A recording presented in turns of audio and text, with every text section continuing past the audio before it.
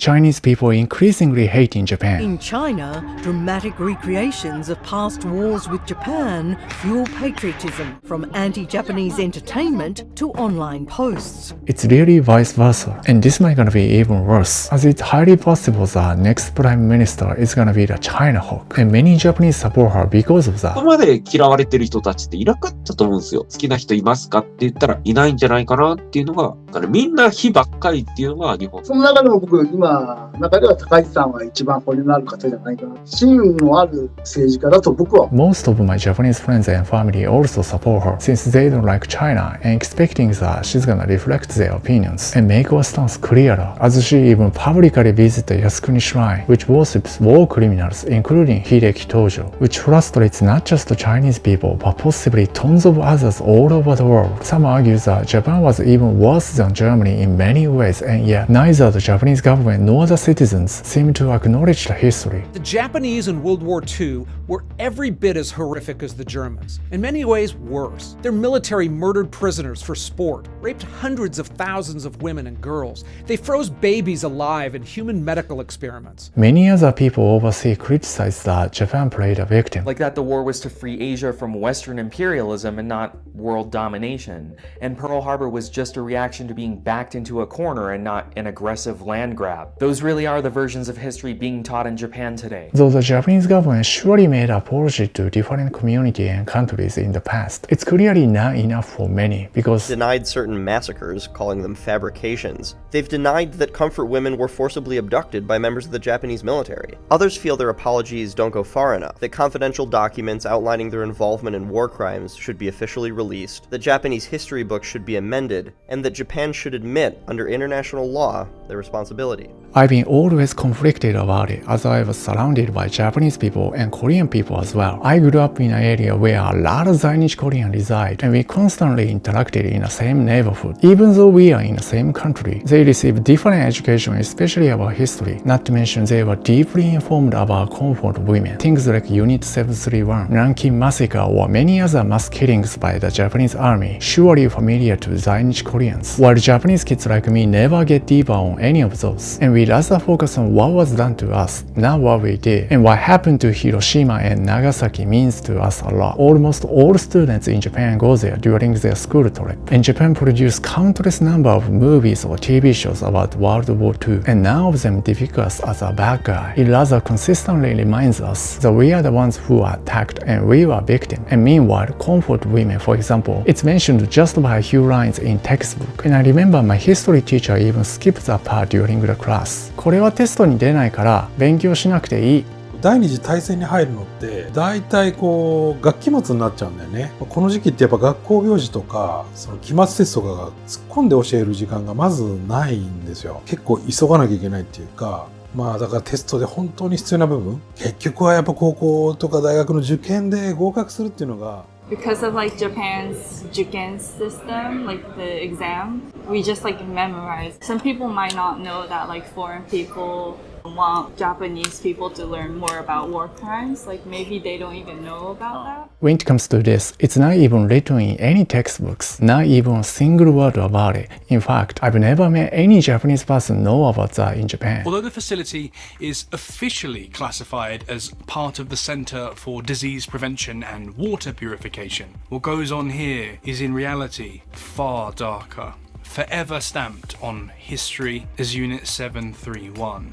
あれをね、ちょっと詳しく教えちゃうと、ちょっと日本嫌いになっちゃうんじゃないかな。実際中国じゃ日本の戦争犯罪をこう詳しく教えることによって、ちょっと日本嫌いみたいな。で、それよりは日本を攻撃されて、かつてこう焼け野原になっちゃったけど、それでもここまで回復したっていう感じの、あんな状況で被害を受けた、それでも力強く立ち上がった。学生たち入りやすいっていうか、日本を好きになってもらえる。This is actually true though, in a sense that civilians, or anyone who was forced to be involved in a war just like my grandma, I think they were surely victims of the Japanese government at that time. But today, most people are still ignorant to the point where they don't even know his name. And some people kind of support it, which is quite concerning. 世界は帝国主義で覇権を争っていましたから、周りから追い詰められてですね、戦争に追い立てられたと。日本は侵略を仕掛けたという罪を仕掛ける問われるとですね、じゃあ違うと。He might be right, but China, Korea, or the rest of the world is not gonna be convinced. In Japan, some people surely try to raise the awareness, but that's quite rare. And when you bring that up, many Japanese people would react like, じゃあ勝ったアメリカが広島長崎に何したんだって話じゃないですか。あれ歴史的に説明できるんですか？大量破壊兵器を民間人に浴びせてんですから。In a conversation, I notice people often switch topic or dodge the point, which I totally get though, because just like he mentioned, teaching the war crimes, people might gonna hate this country to the point where they move out of Japan, which means the population declines even more than now. He emphasized we really wanna avoid it. You love America. Yes, I do. I hate America. He said that each country perceives the history and teach it differently to show them in the best possible way. So maybe there's some misunderstanding, except she denies it. You cannot misunderstand war crime. War crime is a war crime, and it's not like there was a reason to perpetrate the crime. You cannot misinterpret that. Modern history doesn't fall anymore into the idea that history is written by the winners. Historians have a methodology, similarly to the scientific method. Of course, history still can be biased as to who's writing it, but I think that it has become much more unbiased as time has gone down. いろんな見解があるんだよね。これが真実っていうのはまだ分かってないんですよ。外国の方ね、特に中国人の方、学生たちにしっかり教えてほしい。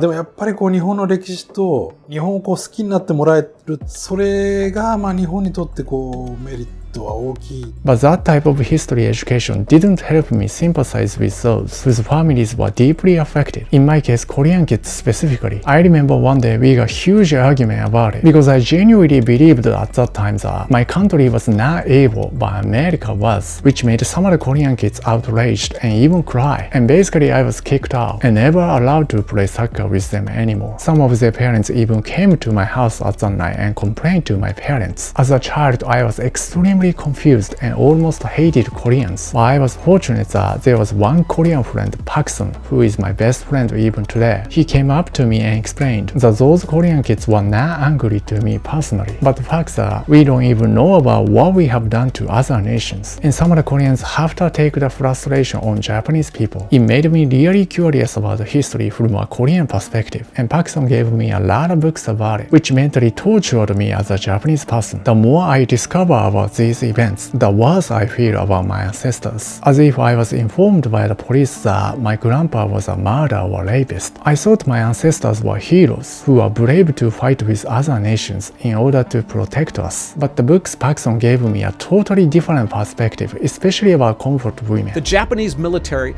essentially industrialized sexual slavery. They were raped dozens of times a day, beaten, and worse. There's evidence of teenagers with shattered pelvises, girls who died from infection, suicide, or simple exhaustion. 慰安婦に関してはやっぱりちょっと過激すぎるというか、残酷すぎるっていうのもあって、これも詳細にね教えるべきじゃないっていうふうに。Depends on the age, but Japanese kids might not gonna be able to handle the truth well. And he points out some of them might be deeply traumatized. He also argues that, so what's the point of teaching that now? Because no amount of teaching that will ever bring up those or fix what has been done. So you might still claim that Japan should teach it. Otherwise, history repeats itself. But he doesn't believe that's gonna actually happen, given the fact that after going through the GHQ occupation, we could say Japan is still practically colonized by the US when it comes to military. Unlike the US, Russia, or China, Japan is not capable of starting a war. We're not even allowed to attack any other nation, but it only allows self-defense. And this nation actually spends a lot without repeating those mistakes. 今の憲法とね、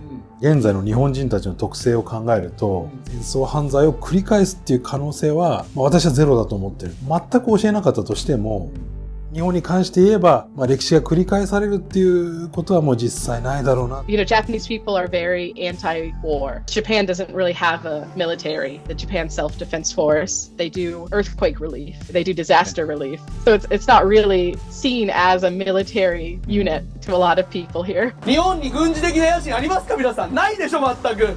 領土増やしたいとか思ってますか？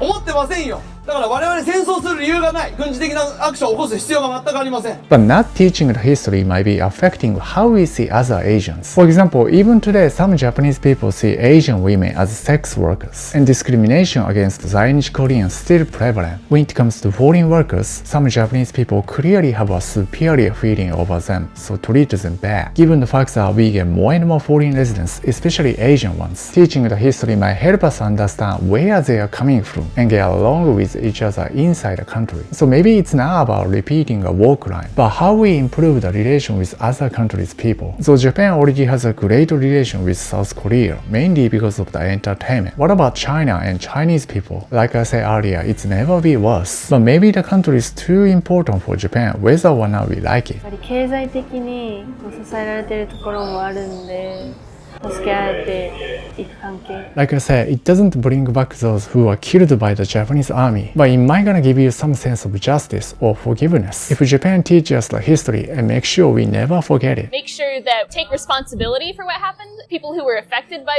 those terrible mistakes in the past are giving proper recompense now. This is what my Korean friend Parkson said, and I completely agree on that. Just feeling guilty or sorry about it doesn't help anyone, because we can't go back to the past, but the better future is still possible. I think America might be a great example of that. We've committed terrible war atrocities. Although we do acknowledge that we've done really bad things in the past, we use that as a way to better connect with people themselves. So rather than apologizing ourselves, we want to understand other countries more.